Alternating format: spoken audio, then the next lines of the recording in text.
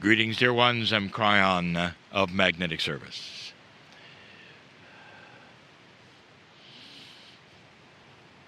This is the last Tasmanian channel for this trip. We find ourselves in nature yet again, listening to the sounds that only nature can give. And it's a quiet time, yet again, where we can sit for a moment and ponder that which we're teaching, which we're feeling. The group is headed for where you started, capital city, Hobart. And in this channel, I want to bring up something. I want to talk about the evolution of consciousness, perhaps in a way I've not before. There actually is an evolution of energy which creates a solution to things that had no solution before. This is difficult. It's difficult for all humanity to recognize there could be something brand new. We've given a phrase before, and the phrase said, "A fool does not know they're a fool." That is a metaphor that says you cannot look up to a higher consciousness if you don't have it. You cannot imagine inventions that are not here yet. You can imagine what you'd like to have, but you cannot imagine the process that is there. And there is a process that is there which is coming that really relates to a higher consciousness solution creating energy. And you might say, well, it must have something to do with love. It does. But there's something coming that we have spoken about so many times that's beyond that which you expect. A number of years ago, my partner took me to Israel. I found myself channeling with my partner in Tel Aviv at a grand theater filled with Israelis. So many of them young people. And I made a statement there that I will say yet again, but it was so profound for them. And I said that you only know black and white. Your consciousness as humanity has only had black and white, and color is coming. And if you've only lived in black and white, dear ones, you don't know what color even is. Now, the metaphor is complete for you know the difference, but pretend for a moment that you didn't. Color is astonishing to someone who's only seen in black and white. There are stories of humans who have had problems with their sight and see no color at all, and an invention would be put upon their head in the way of eyeglasses that would allow color for the first time. And tears flow down when they see it. A world that they couldn't even imagine, no matter how many people told them what it was, or what the shades were, or the reds, or the blues, or the greens, meant nothing until they saw it. Until they saw it. And that's what's coming. And it's slow going, dear ones. And even as I explain it to you, it's difficult for you to imagine. It's a solution coming through the apparatus of compassion and kindness. Solution coming through the apparatus of compassion and kindness. It's almost like There is the acknowledgement of a machine that is there, that churns out something that is new. Through compassion and kindness you didn't know was there before. You've had glimpses of this, dear ones, only glimpses. When two great countries have fought a war that has taken so many lives, that is horror when it happens, and then through generations they come together and there's peace, and the grandsons of their grandfathers are standing together, and they share compassion and kindness.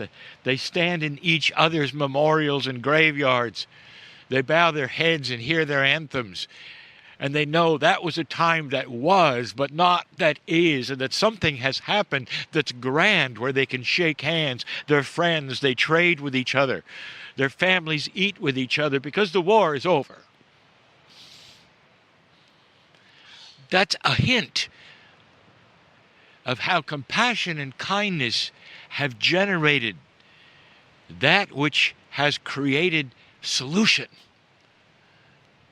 And the answer and the solution, you can see, is that they love each other.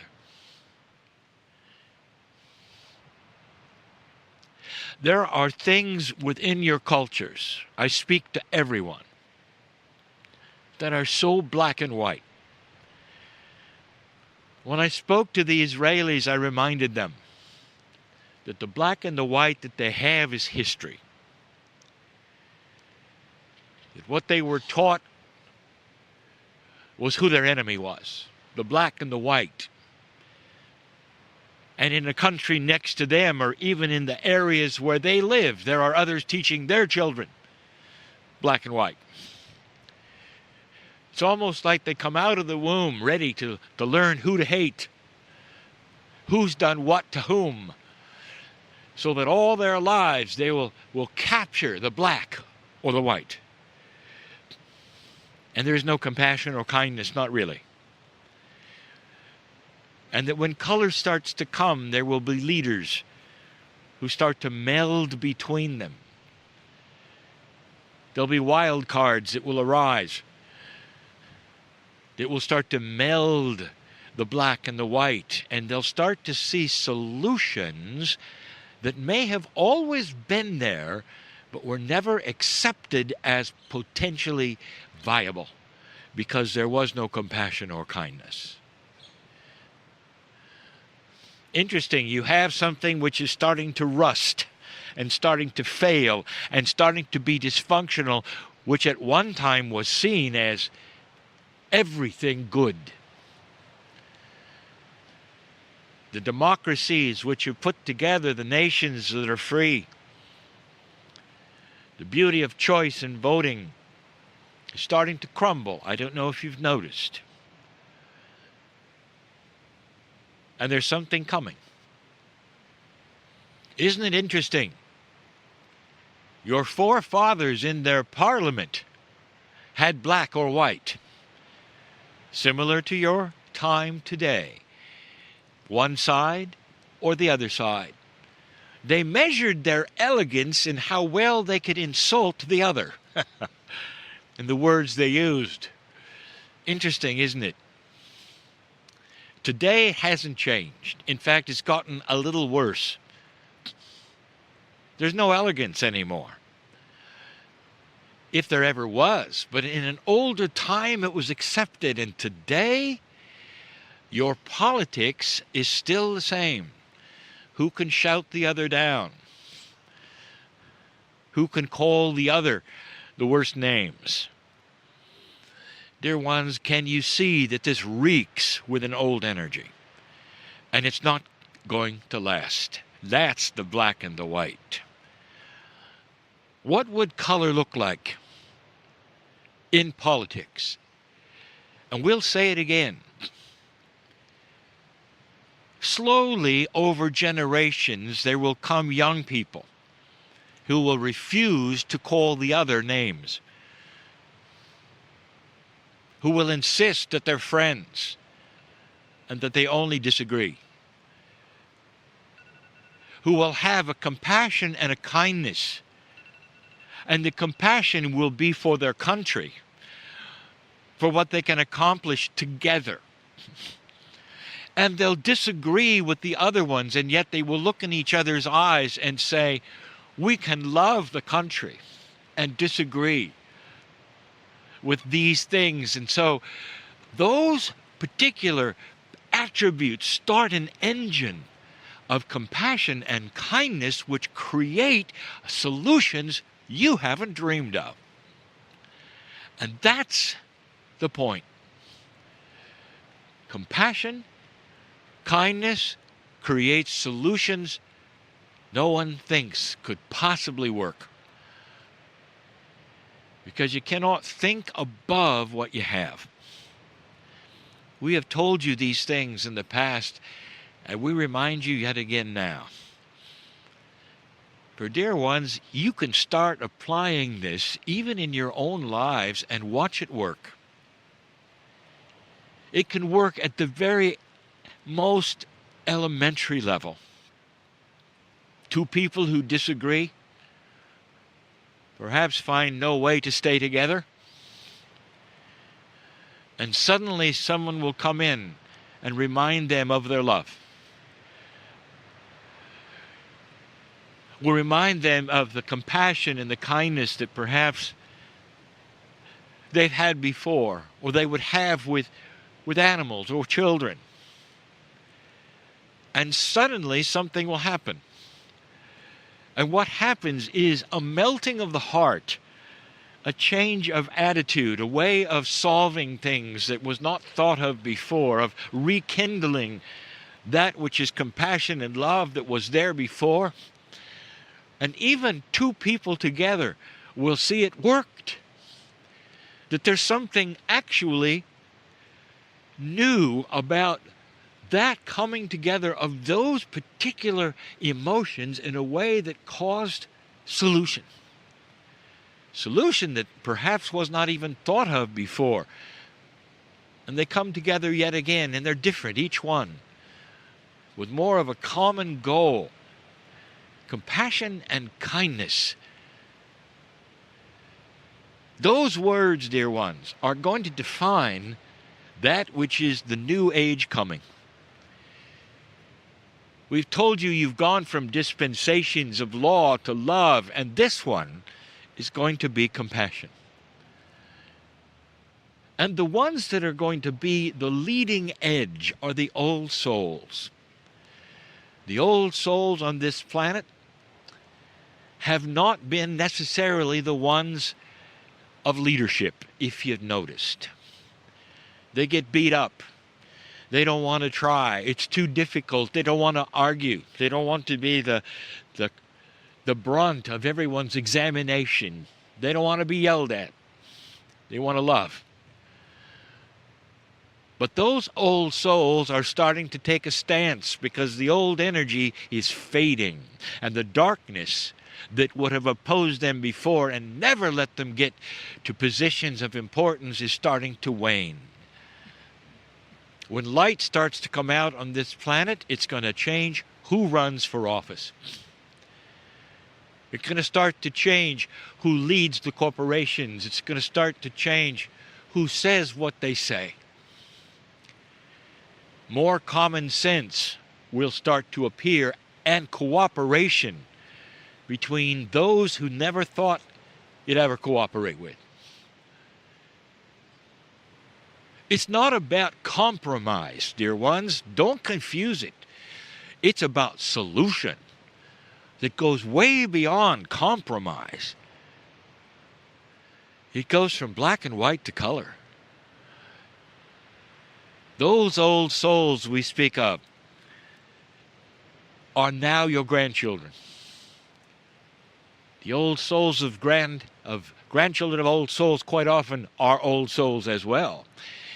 And you're going to start seeing something different. The caliber, the ideas that will start to appear in leadership. Some of you have already started to see that in certain corporate venues. where there is common sense and there is the honoring of the individual instead of the pocketbook. Thinking of the planet as well as the people, putting them together in ways that make sense. This has been something extremely slow, but you've started to see that. Honoring one another in ways you've never honored before, and yet you haven't seen it at the top yet, have you? Well, you're going to. And when you do, I want you to remember this channel. Things happen slowly. And there will be those who would hear these words or go from this excursion and say, well, those were good words. But that's about it. Because you don't see it tomorrow or the next day or the next day. But when a decade goes by and it's everywhere, it's on your bulletin boards, it's on your advertisements, it's on your news, and you start to see it change. And like those countries which put it together and can hug each other and cry in each other's arms for the things in the past and yet love each other like that, that's the solution that you're going to see at the top. When you'll see both parties having lunch with each other, shaking hands with each other, and at the same time saying, we can argue about the right way or the wrong way, but when the time has come, we'll find a solution that helps everyone and not just one side. Black and white. Elections which will create a one party that takes all for a while until the next party comes and takes all for a while. That's black and white, dear ones. You haven't seen color. And when you do, you'll know it. It'll be a revolution. That's human nature evolving. But right now, I invite you to do it personally, between you and your family, at Christmas time, between you and your mate, between you and those colleagues that you may go back to or those neighbors. We've said it before. Compassion and kindness will create an energy, and your former enemy or those who don't like you or whatever will just stand and not understand what's going on because it doesn't fit into the black and white world they're in. Some of them will simply walk away. And some of them will come to you and say, what's happened? What's changed? I like it. That's color. And so we just wanted to tell you a little bit about it in this pristine place. Dear ones, Gaia has always been in color. Have you noticed? And it begs you to see how it works with itself, how it works within itself, and the balances that it occurs, that it creates. That's why you sit here. It's a good place to listen, to feel, and to whisper perhaps even to yourself, color is coming.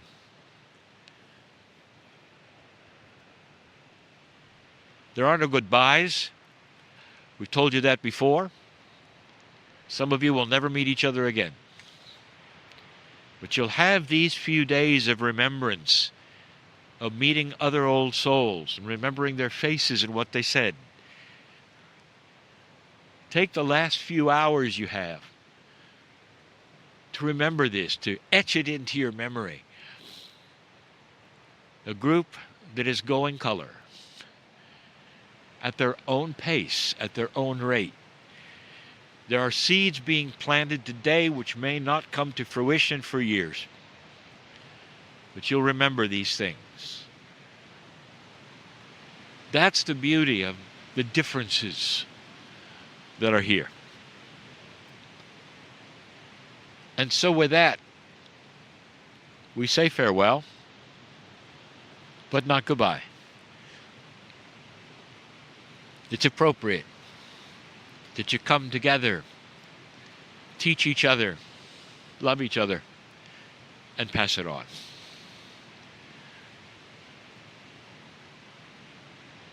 And so it is.